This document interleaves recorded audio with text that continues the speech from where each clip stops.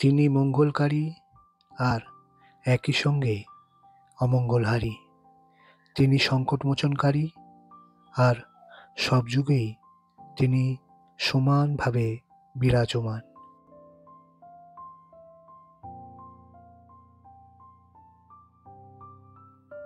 আজ চলে এসেছিলাম উত্তর 24 পরগনায় জাগ্রত এক হনুমানজির মন্দিরে। জায়গাটা কাকিনাড়া রেল স্টেশনের কাছে মাদারাল।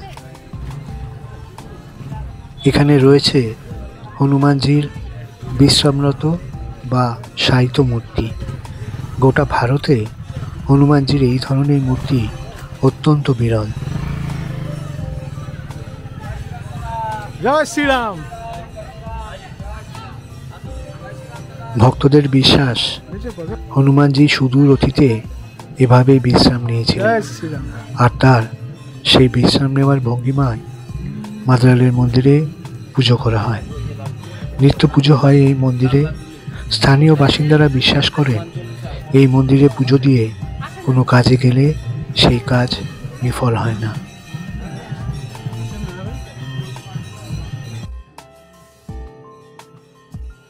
এই মন্দিরের সঙ্গেই লাগোয়া আছে অন্নপূর্ণা মন্দির। দুটো মন্দিরই প্রায় 100 বছরের কাছাকাছি পুরনো।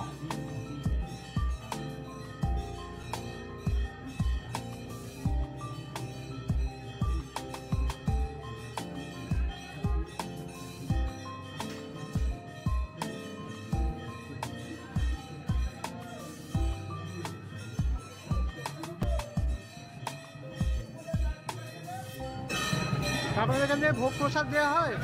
কখন দেওয়া হয়? কুপন কাটতে হয়, কুপন কাটতে হয়, কুপন কাটতে হয়। বাবার ভোগটা শেষ হয়ে যাবে, তারপরে আমাদের ভোগ। আপনাদের ভোগের জন্য কুপন কাটতে হয়? এমনিও দেওয়া হয়, কুপনে যারা বাড়িতে নিয়ে যেতে চায় তারা কুপন দেওয়া হয়।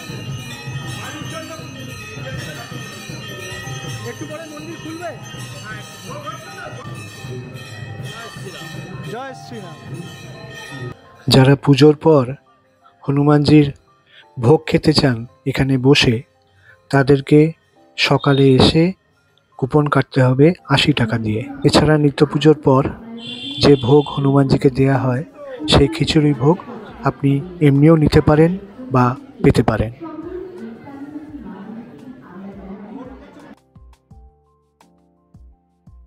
সারা ভারতে হনুমানজির এরকম বিশ্রামরত বা শায়িত মূর্তি দুটো আছে।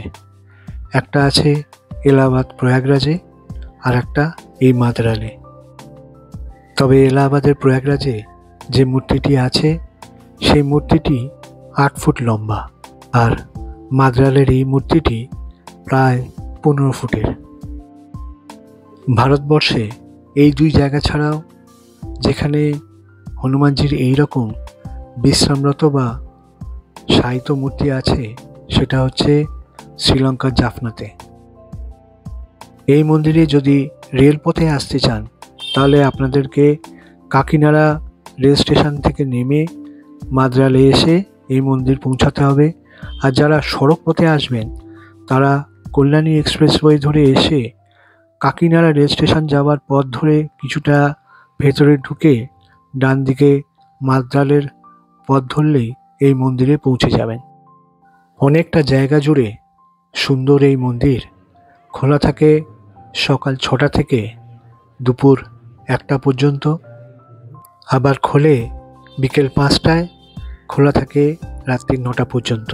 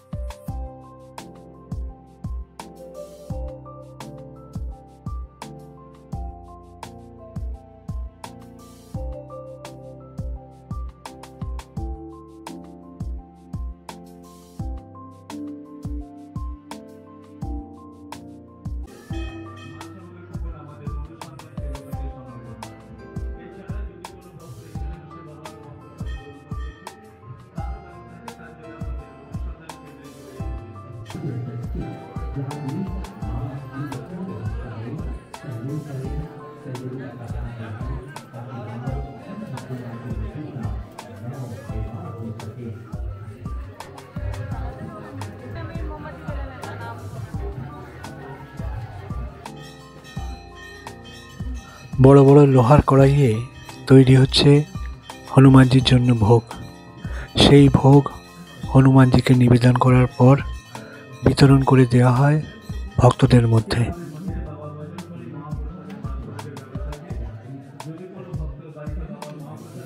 আর যারা এখানে আগে এসে কুপন কাটেন মহাপ্রসাদ খাওয়ার জন্য, তারা অমৃত ভবনে বসে মহাপ্রসাদ খেতে পারেন।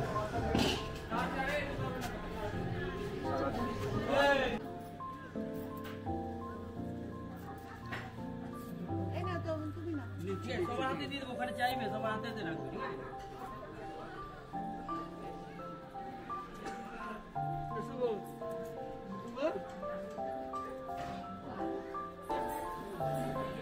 এই রান্নাঘরে মহাপ্রসাদের সাথে মা অন্নপূর্ণার জন্য ভোগের আয়োজনও করা হয়।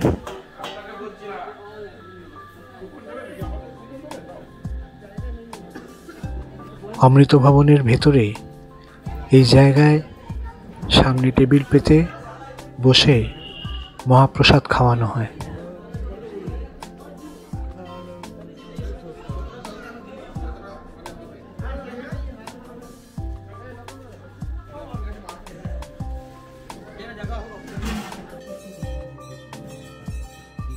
হনুমানজির মন্দিরের পিছনের সুন্দর এই সাজানো বাগানের রাস্তা ধরে কিছুটা এগোলেই চোখে পড়বে মা অন্নপূর্ণার মন্দির।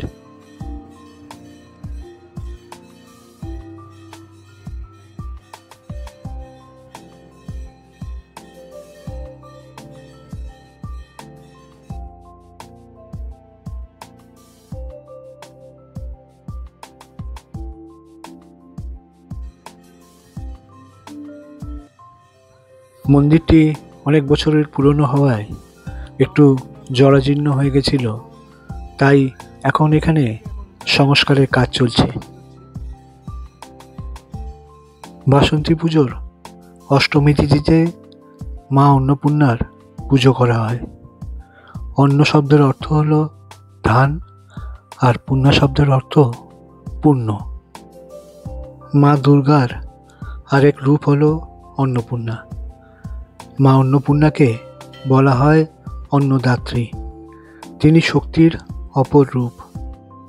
পুরাণ মতে বিবাহের পর শিব পার্বতী সুখী দাম্পত্য জীবন কাটাচ্ছিলেন, কিন্তু আর্থিক অনটনের জেরে শুরু হয় দাম্পত্য কলহ। ভোলানাথের সঙ্গে মায়ের মতবিরোধ হয়। মা কৈলাস ছেড়ে চলে যান। সেই সময় দেখা দেয় মহামারী, খাদ্যকষ্ট। সবাই আকুল হয়ে পড়ে। ভক্তরা দেবাদিদেবকে ডাকতে থাকে।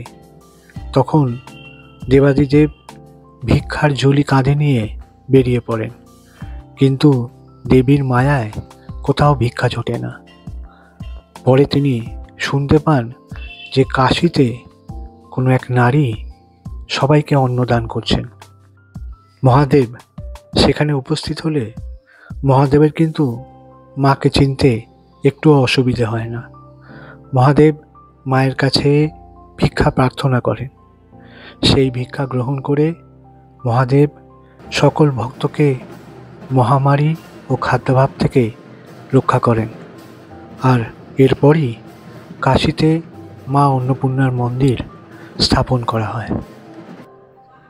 মা অন্নপূর্ণার এক হাতে থাকে অন্নপাত্র, আর অন্য হাতে থাকে হাতা।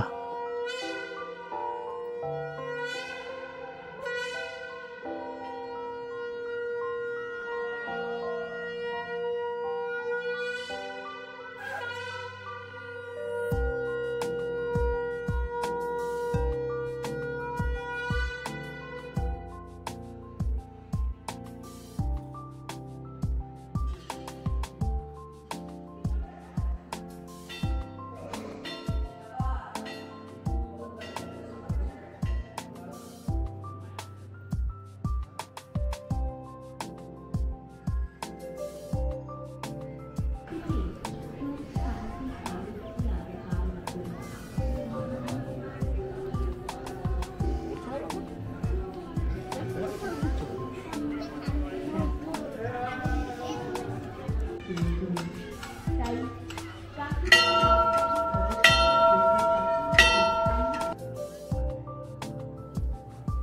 হনুমানজি মন্দিরের ঠিক পাশেই আছে সুন্দর ছোট্ট আরেকটা মন্দির, যে মন্দিরে আছে রামজি আর সীতামাইয়ার মূর্তি আর আছে রাধাকৃষ্ণের মূর্তি।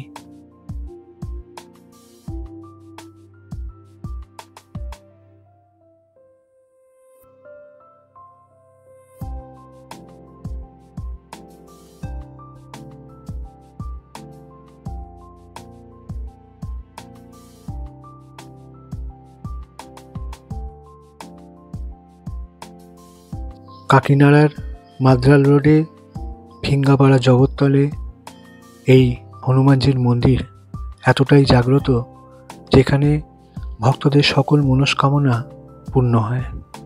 আপনাদের আমার এই ভিডিওটা কেমন লাগলো অবশ্যই কমেন্ট করে জানাবেন, আর ভালো লাগলে বেশি বেশি করে শেয়ার করবেন।